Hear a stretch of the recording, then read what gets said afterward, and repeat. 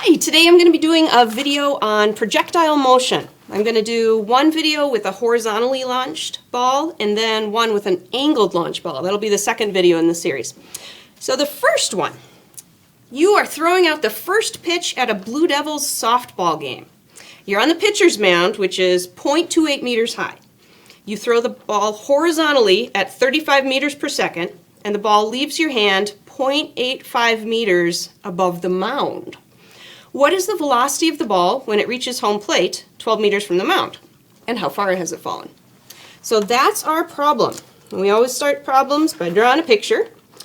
So you're on the baseball mound. So the mound was 28 centimeters high. Okay, 0.28 meters.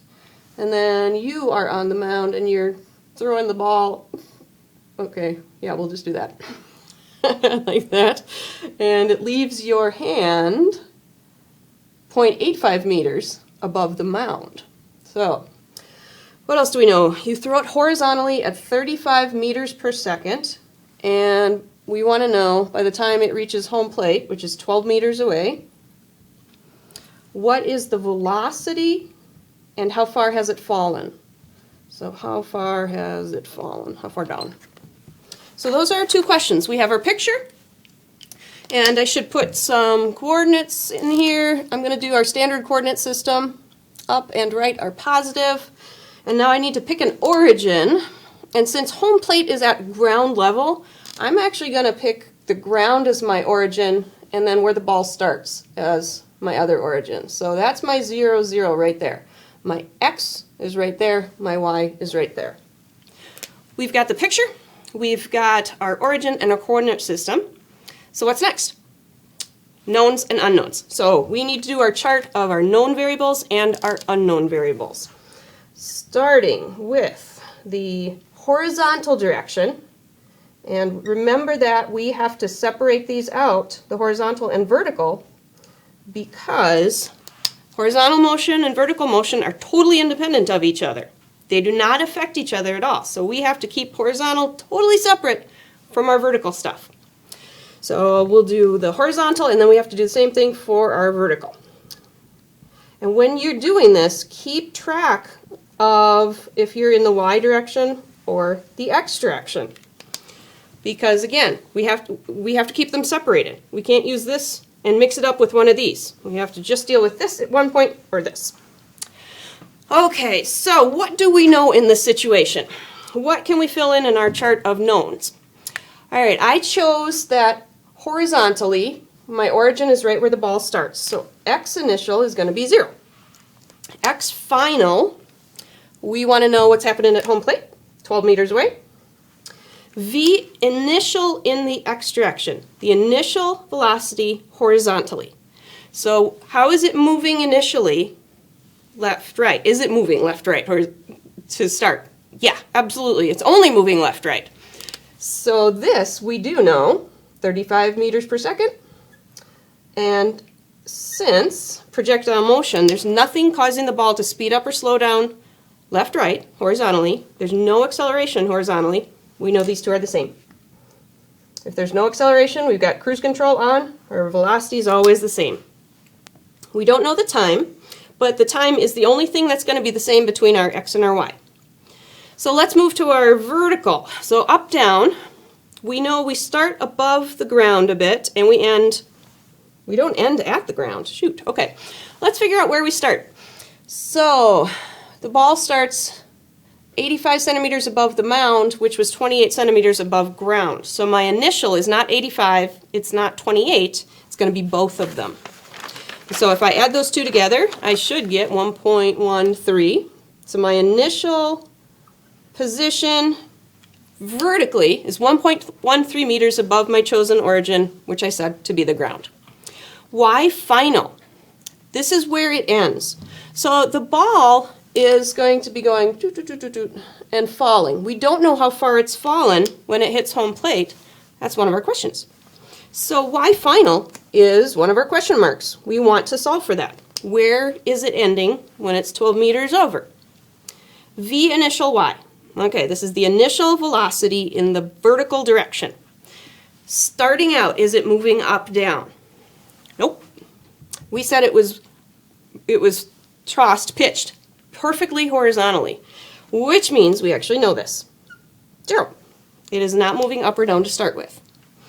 And the acceleration, left, right, is 0. Up, down is caused by gravity, so I know that one is negative 9.8. Do we know the final velocity in the up-down direction? That's going to be how fast it's going vertically when it is here.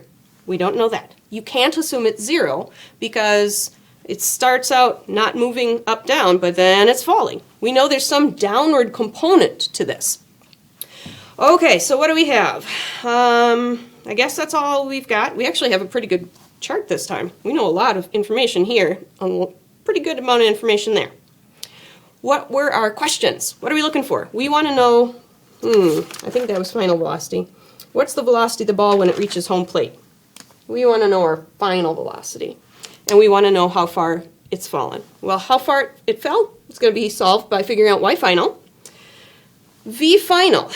Now, that's how fast it's going, the velocity, when it's right over home plate. We don't have that directly in our chart. We only know how fast it's going left-right to start with, or sorry, to end with, that one. And we don't know how fast it's going up-down. So this is our other question mark. To answer both of our questions, we'll have to figure out this, and then we'll have to do a little bit of work to get that piece. All right, so we've got that. This would be a good time to hit pause and see if you can figure out how to actually figure out what y final is and what v final is. So hit pause, see if you can figure it out, and then I'm going to get going. Okay, so y final. What has y final? I almost always go with the long equation. Y final is y initial plus v initial yt plus 1/2 a yt squared. And remember, we have to keep these in these little subscripts for y because we have to keep this all in the y direction. This is why I like using the colors, because this reminds me I have to use yellow with yellow, and for pink equations I'll use the pink. Okay, what do I know? Y initial, I know that. Y final is what I'm looking for. V initial y is 0. That whole term drops out. 1/2, I know 1/2. I know my acceleration. I don't know time. I need my time. All right, so I can't figure out how far we've dropped until I know how much time it takes to travel this way. And what we're going to see with almost all of our projectile motion problems is that we're going to have to use both the x and the y directions. So if I'm needing my answer out of the y direction, let's see what we can figure out of the x direction. Can I figure out my time from my x information? And if you look at the very shortest equation, v final is v initial plus at.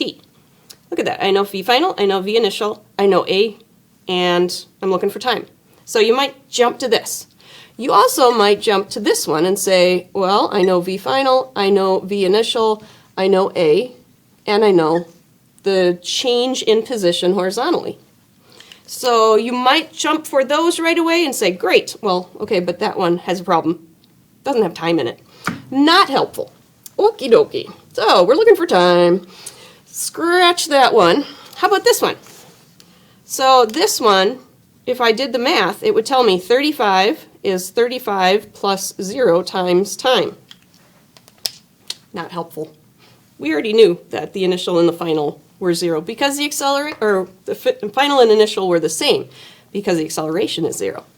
Yet again, a failed experiment, so we can't use that equation either. That leaves us with one equation.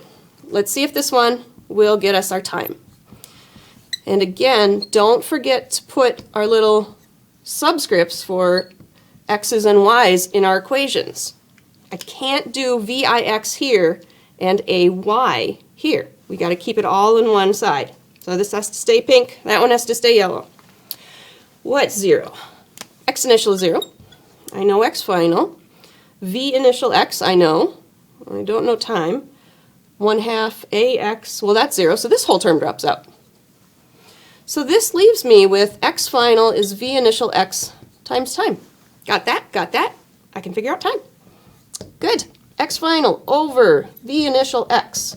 X final is 12 meters over v initial x over 35.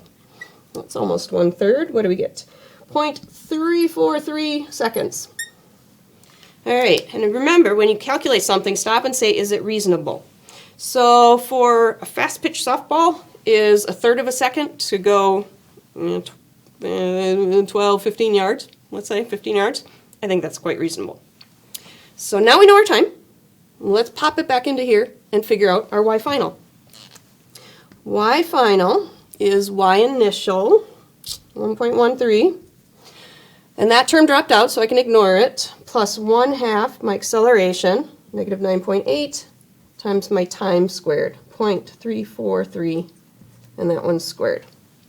I know it all. I can calculate it. Let's see what y final is. If I do that, what do I get? I get y final is 0.55 meters. All right, again, is it reasonable? It started 1.13 meters above the ground, and it fell to 1/2 meter above the ground. Seems reasonable to me. So does that answer this question? Nope. Gotta be careful on this one. The question was, if I read the question again, how far has it fallen? How far has it fallen? Well, it went from 1.13 to 0.55, so it fell that minus that, 0.58 meters. So there's our first answer. The ball fell 0.58 meters. Now for our second question, what's the final velocity?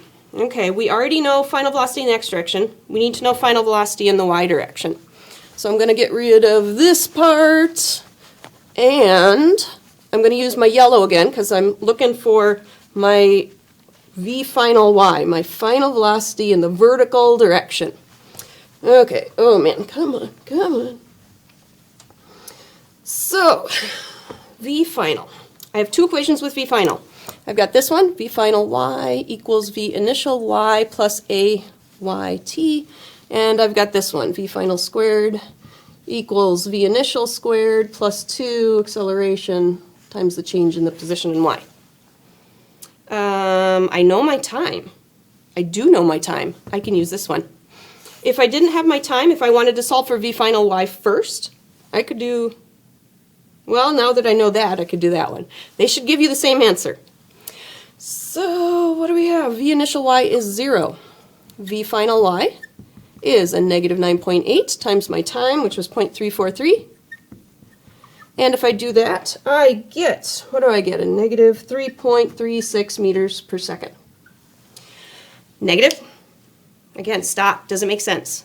Why would the final velocity be negative? That means it's moving down at the end. Yeah, that makes sense. Okay. Now I've got to put these together to answer it. I have a final velocity in the x direction of 35 meters per second. I have a final velocity in the y direction of a downward 3.36 meters per second. My final velocity is that right there. This is my final velocity. I need to know, and it's a vector, so remember, vector has a direction and a size. So the size is going to be the size of that hypotenuse, and we're going to have to figure out the angle. So v final, it's going to be the square root of 35 squared plus 3.36 squared. And I get 35.2. It's got to be bigger than both of them. Yep.